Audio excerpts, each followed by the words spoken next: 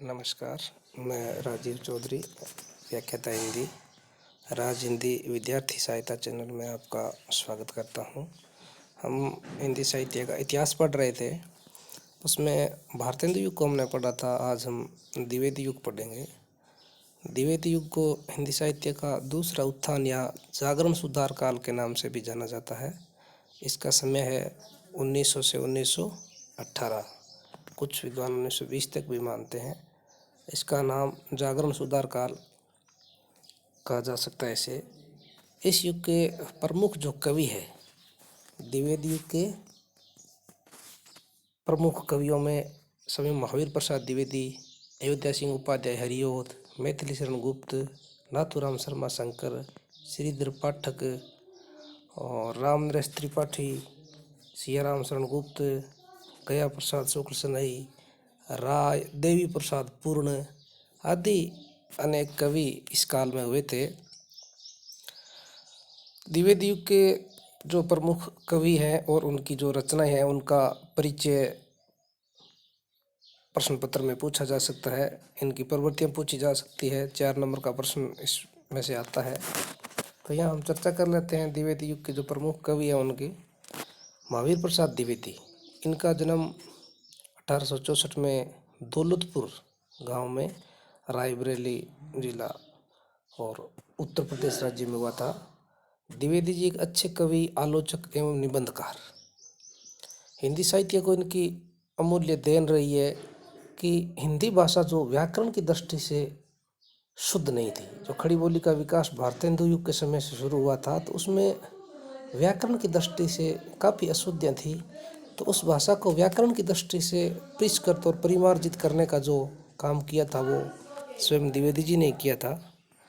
तो 1903 से 1920 तक उन्होंने सरस्वती पत्रिका का संपादन किया था। तो सरस्वती जो पत्रिका थी, उसमें हिंदी भाषा के प्रचार प्रसार का ही काम किया था। उसमें रचनाएं छपती थी। तो उन्होंने हिंदी भाषा और साहित्य के लिए जो कार्य किया वह चिरस्मरणीय रहेगा। हिंदी भाषा को व्याकरण की दृष्टि से परिमार्जित और शुद्ध बनाने का काम भी इन्होंने किया।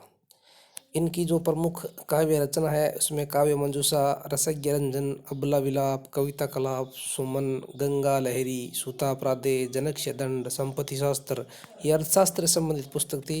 एक निबंध भी लिखा है इन्होंने, स्त्री शिक्षा के विरोधी कुतर्कों का खंडन, म्यूनिसिपलिटी की कारनामे, और जो अंग्रेजी विद्वान थे लेखक बेकन, उनके निबंधों का अनुवाद भी इन्होंने किया था।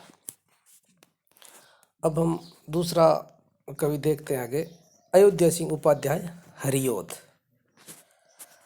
जाना पहचाना हिंदी साहित्य में नाम है। द्विवेदी युग के जो प्रमुख कवि थे, उनमें इनका नाम प्रमुखता से लिया जा सकता है।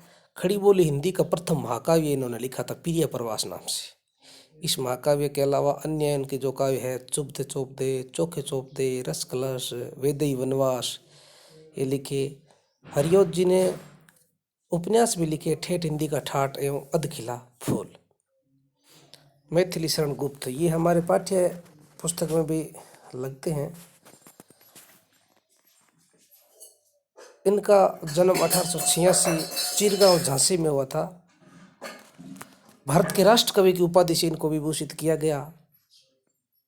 मैथिली शरण जी के गुप्त के काव्य में राष्ट्र की एकता, भारत के राष्ट्र की एकता, भारतीय संस्कृति के जीवन मूल्य प्रमुखता से देखने को आपको मिल जाएंगे। इनकी जो रचना थी भारत भारती, उसका प्रकाशन हुआ था। उसमें राष्ट्रीय विचारों से ओतप्रोत ये रचना थी, जिसको अंग्रेज सरकार ने प्रतिबंधित कर दिया था। इसके अलावा जयद्रथवध, पंचवटी, यशोधरा, साकेत महाकाव्य है। इसमें उर्मिला का विरह वर्णन जो है वो भरा गया है। यशोधरा में बुद्ध के द्वारा यशोधरा को छोड़कर चले जाना, उस घटना का वर्णन है। पंचवटी में भगवान श्री राम के पंचवटी प्रवास के दौरान का वर्णन है। तो ये इनके खंड काव्य हैं। अगला है नाथूराम शर्मा शंकर। नाथूराम शर्मा शंकर के काव्य में भी देश प्रेम, स्वदेशी प्रयोग, समाज सुधार और जो विधवा विवाह की जो बातें हैं, वो मुख्य विषय इनके रहे हैं। इनकी रचनाएं शंकर सरोज, शंकर सर्वस्व, गर्भरंडा रहस्य आदि। ये गर्भरंडा रहस्य वो विधवाओं की स्थिति का चित्रण इसमें किया गया है। अगला है श्रीधर पाठक। श्रीधर पाठक, इनका जन्म 1859 में हुआ था। ये द्विवेदी युग में प्रकृति चित्रण करने वाले प्रमुख कवियों में है। इनकी जो रचनाएं हैं कश्मीर सुषमा और देहरादून, इनमें कश्मीर सुषमा और देहरादून में प्रकृति का चित्रण इन्होंने किया है। इसके अलावा इन्होंने अनुवाद भी किया है। डेजर्ट विलेज का उजड़ा गांव नाम से, द ट्रेवलर का श्रांत पथी नाम से और हरमिट का एकांतवासी योगी के नाम से भी अनुवाद किया है।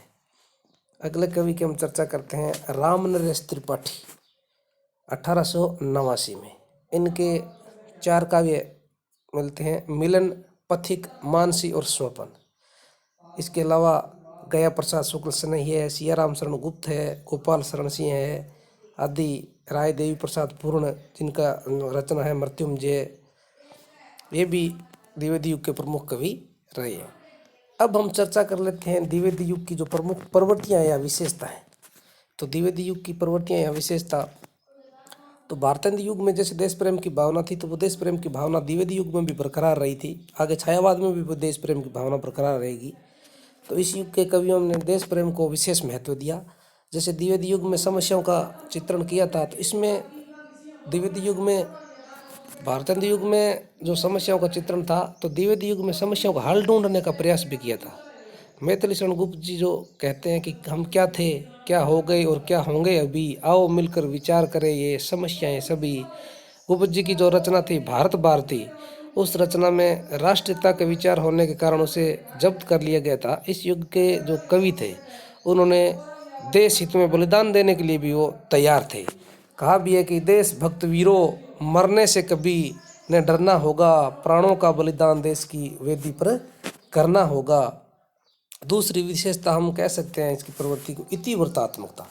ये द्विवेदी युग की मुख्य विशेषता है इतिवृत्तात्मकता, कि द्विवेदी युग की प्रमुख विशेषता इतिवृत्तात्मकता है। इस युग में जो कवि थे वर्णन प्रधान रचना करते थे, घटना प्रधान न करके वर्णन प्रधान इतिवृत्तात्मकता को उन्होंने अपनाया तथा कथा जो है उसके ऊपर जोर दिया। काव्य में मुख्य जो है कथा के ऊपर जोर दिया जाने लगा, जिसके कारण प्रबंध काव्यों की रचना होने लगी। प्रबंध काव्य, खंड काव्य यही इस युग में ज़्यादा लिखे गए थे। जैसे साकेत है, जयद्रथ वध है, पंचवटी है, यशोधरा है, प्रिय प्रवास है, वैदेही वनवास है, ये आदि काव्य लिखे गए। तो जिसमें साकेत, जयद्रथ वध और पंचवटी, मैथिली शरण गुप्त के यशोधरा, ये प्रिय प्रवास, वैदेही वनवास, ये है अयोध्या उपाध्याय हरियोध के। अगला है सामाजिक समस्याओं का चित्रण प्रवृत्तियों में, कि ये जो जागरण सुधार युग था, नाम ही इसका समस्याओं का सुधार करना, जागरण सुधार। जागृति जो भारतेंद्र युग में आई थी उसमें सुधार करने का जो काम किया था वो द्विवेदी युग में हुआ था। तो जागरण सुधार काल है। इस युग में कवियों ने बाल विवाह, दहेज प्रथा, छुआछूत, बाल विवाह, दहेज प्रथा, छुआछूत आदि विषयों पर रचना की। नारी की समस्याओं का चित्रण करना, मैथिली शरण गुप्त ने अपने काव्य यशोधरा के माध्यम से बताया भी था कि बुद्ध किस प्रकार वो अपनी पत्नी को छोड़ के चले जाते हैं, तो उसकी जो मन स्थिति है वो। साकेत के माध्यम से उर्मिला का वीर्य वर्णन या उसकी पीड़ा का चित्रण किया गया है। ये यशोधरा खंड काव्य का जो पंक्तियाँ है वो आप लिख सकते हो इसमें, कि सखी वो मुझसे कह कर जाते, समय में सुसज्जित करके क्षण में, प्रियतम को प्राणों के पण में, हम ही भेज देती हैं रण में, क्षत्र धर्म के नाते सखी वो मुझसे कह कर जाते। इसके अलावा गुप्त जी ने नारियों के अबला जीवन का चित्रण भी किया गया है, कि अबला जीवन हाय तुम्हारी यही कहानी, आंचल में है दूध और आंखों में पानी। आगे भाषा के रूप में खड़ी बोली का प्रयोग। जो खड़ी बोली अपनी प्रारंभिक अवस्था में भारतेंद्र युग में आई थी, लेकिन शुद्धता पर ध्यान बिल्कुल भी उसमें नहीं दिया गया था। तो अब गद्य और पद्य दोनों में ही खड़ी बोली का प्रयोग द्विवेदी युग में होने लगा, कि द्विवेदी युग में काव्य भाषा के रूप में खड़ी बोली का प्रयोग होने लगा। भारत भारती जो रचना थी वो लोगों के दिलों में बस गई। इस युग के कवियों ने भाषा की शुद्धता पर भी बल दिया। जो व्याकरण की दृष्टि से भाषा शुद्ध नहीं थी उसको शुद्धता, परिमार्जित और परिष्कृत करने का प्रयास स्वयं द्विवेदी जी ने किया था। वो सरस्वती पत्रिका में रचनाएं छापते थे। इनके जो दूसरे इस युग के जो कवि हुए, जो इनके चेले हुए, उनकी जो भी रचनाएं आती थी उनमें जो अशुद्धियाँ होती थी उनका सुधार करके वो सरस्वती पत्रिका में उनको प्रकाशित करते थे। विविध छंदों का प्रयोग, तो द्विवेदी युग में जो प्राचीन छंद थे दोहा, सोरठा, वही नए अपना करके नए नए छंदों का प्रयोग हो, जिसमें गीतिका है, हरिगीतिका है, रोड़ा है, छप्य है, उलाला, कुंडली आदि अनेक छंदों का विकास इस समय हुआ था। स्वयं मैथिली शरण गुप्त जी ने बहुत ही अच्छे अच्छे छंद लिखे हैं। हरिगीति का छंद उन्होंने लिखा है, उल्लाला भी लिखा है। करते अभिषेक पयोध है, बलिहारी इस वेश की, हे मातृभूमि तू सत्य ही, सगुण मूर्ति सर्वेश की, उल्लाला छंद है इसमें।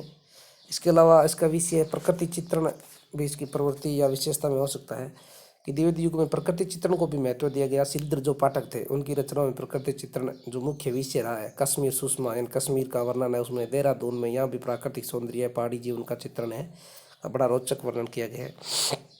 अब अगला एक प्रश्न और इसमें बन सकता है, द्विवेदी युग कालीन गद्य साहित्य से संबंधित। तो द्विवेदी युग में गद्य साहित्य का पर्याप्त मात्रा में लिखा गया। इनकी गद्य की जो लगभग सभी विधाएं हैं, इसमें नाटक है, उपन्यास, कहानी, निबंध, यात्रा वृत्तांत आदि सभी विषयों पर इसकी रचना हुई, जिनका मुख्य विषय जो राष्ट्रीय जागरण से संबंधित और समाज सुधार की भावना उससे संबंधित रहा है। तो इस युग के हम नाटक पर चर्चा कर लेते हैं। द्विवेदी युग में ज़्यादा नाटक नहीं लिखे गए, भारतेंदु युग की अपेक्षा कम लिखे गए। इस युग के प्रमुख नाटककार में राधाचरण गोस्वामी, जयशंकर प्रसाद के कुछ नाटक, वृंदावन लाल वर्मा के, बद्री भट्ट आदि ये प्रमुख नाटककार हुए थे। उपन्यास, नाटक की अपेक्षा उपन्यास इस काल में अधिक लिखे गए। इस युग के जो उपन्यासकार है उसमें उन्होंने सामाजिक, ऐतिहासिक, जासूसी, तिलस्मी, अद्भुत घटना प्रदान ये उपन्यास लिखे थे। तिलस्मी यारी उपन्यासकारों में जैसे अपने भारतेंदु युग में चर्चा की थी, देवकीनंदन खत्री, चंद्रकांता वालेर, दुर्गा प्रसाद खत्री। जासूसी उपन्यासकार में गोपाल गैमरी, ऐतिहासिक उपन्यास लेखन में किशोरीलाल गोस्वामी, सामाजिक उपन्यास लेखन में लज्जाराम शर्मा, धूर्त रसिक लाल इनका जो उपन्यास है, अयोध्या से उपाध्याय, ठेठंडी का ठाठ और अधखिला फूल इनके जो उपन्यास है वो। कहानी, तो मुख्य रूप से जो द्विवेदी युग है वो कहानी कला के विकास का युग कहा जा सकता है। कहानी, आधुनिक कहानी का प्रारंभ द्विवेदी युग से ही हुआ था। जैसे सरस्वती पत्रिका का प्रकाशन हुआ 1900 से, सरस्वती पत्रिका में कहानियाँ छपने लगी, तो ये कहानी का आरंभिक युग था, विकास का युग था। आरंभिक कहानी लेखकों में किशोरीलाल गोस्वामी जिनकी इंदुमती कहानी, बंग महिला दुलाई वाली 1907 में निकलने वाली ये कहानी, रामचंद्र शुक्ल की 1903 में जो निकली थी 11 वर्ष का समय, राधिका रमन सिंह की कानों में कंगना, जयशंकर प्रसाद की कहानियाँ, माधव प्रसाद मिश्र की टोकरा पर मिट्टी, प्रेमचंद की जो प्रारंभिक कहानी हिंदी की जो है पंच परमेश्वर है और दो बेलों की कथा है। इसके अलावा चंद्रधर शर्मा गुलेरी जी, इनकी उसने कहा था 1915 की जो कहानी थी वो सभी लोगों के दिलों और दिमाग में छा गई थी, इतनी प्रसिद्धि इस कहानी को मिली थी। निबंध, गद्य विधियों में निबंध का महत्वपूर्ण स्थान है। इस काल में निबंध में भी उल्लेखनीय प्रगति हुई। महावीर प्रसाद द्विवेदी जो एक अच्छे आलोचक, चिंतक और निबंधकार थे। अंग्रेजी लेखक जो बेकन थे उसके विचारों से प्रभावित थे और बेकन के निबंधों का अनुवाद इन्होंने किया था बेकन विचार रत्नावली के नाम से।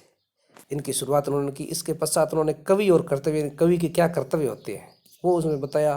कविता, प्रतिभा, साहित्य के महत्ता इनके विचारात्मक निबंध है। सरदार पूर्ण सिंह, मजदूरी और प्रेम अपने पाठ्य पुस्तक में लगता है अनिवार्य हिंदी में, मजदूरी और प्रेम, आचरण की सभ्यता, सच्ची वीरता, ये निबंध सरदार पूर्ण सिंह ने लिखे। इसके अलावा चंद्रधर शर्मा गुलेरी जी का कछुआ धर्म और मोरिस माई कुंठाव, पद्म सिंह शर्मा का पद्म पराग, रामचंद्र शुक्ल के भाव और मनोविकार संबंधी जो निबंध है, भय है, क्रोध है, भय और क्रोध, ईर्ष्या, उत्साह, श्रद्धा, भक्ति, लोभ और प्रीति आदि प्रमुख निबंध इस युग में प्रकाशित हुए। इसके अलावा एक प्रश्न ये भी बनता है कि स्वयं द्विवेदी जी का योगदान पूछ सकते हैं इसमें। तो द्विवेदी जी का योगदान है, सरस्वती पत्रिका के माध्यम से महावीर प्रसाद द्विवेदी ने हिंदी भाषा के परिमार्जन और शुद्धता की ओर ध्यान दिया। वो एक युग पुरुष थे, उन्होंने जो भाषा की जो अशुद्धियाँ थी उनका सरस्वती पत्रिका के माध्यम से अशुद्धियों मिटा मिटा के लोगों में जागृति लाए। दूसरे जो इनके अनुगामी जो कवि हुए उनको प्रेरणा उन्होंने दी। उनकी जो अशुद्धियाँ होती थी उन रचनाओं में उनको स्वयं शुद्ध करके सरस्वती पत्रिका में प्रकाशित करते थे। एक तरह से प्लेटफॉर्म उन्होंने प्रदान किया। तो उसमें द्विवेदी जी की जो रचनाएं हैं वो लिख सकते हो और उनका जो सरस्वती पत्रिका के माध्यम से भाषा का सुधार का वो इसमें आप लिख सकते हो। दूसरे जो महत्वपूर्ण जो और इस युग के जो कवि है इसमें मैथिली शरण गुप्त और अयोध्या सिंह उपाध्याय हरिऔध, इनका योगदान भी आपको पूछ सकते हैं। तो मैथिली शरण गुप्त का योगदान पाठ्य पुस्तक में आपके लगता है पाठ सखी वे मुझसे कह कर जाते हैं, तो उस पाठ में जो पाठ परिचय दे रखा है वही योगदान उसका हो जाएगा। अयोध्या सिंह उपाध्याय हरिऔध का वो भी खड़ी बोली हिंदी साहित्य के मतलब इतिहास में खड़ी बोली का प्रथम महाकाव्य है, प्रिय प्रवास इन्होंने लिखा। इसके अलावा वैदेही वनवास, चोखे चौपते, चुपते चौपते आदि लिखे, रसकलश है। इसके अलावा उपन्यास भी इन्होंने